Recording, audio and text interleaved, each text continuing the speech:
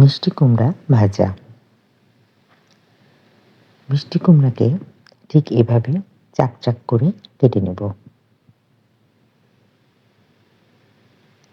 এরপর লবণ ও শুকনো মরিচ গুঁড়া দিয়ে মাখিয়ে রাখবো 10 মিনিট।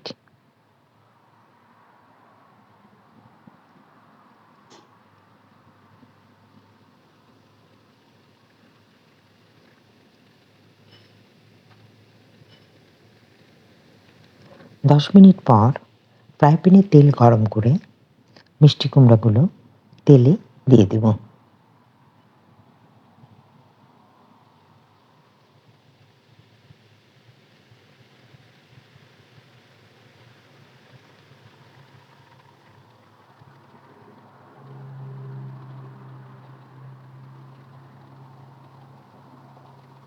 গরম ভাত ও রুটির সাথে এই মিষ্টি কুমড়া ভাজা খেতে বেশ লাগে।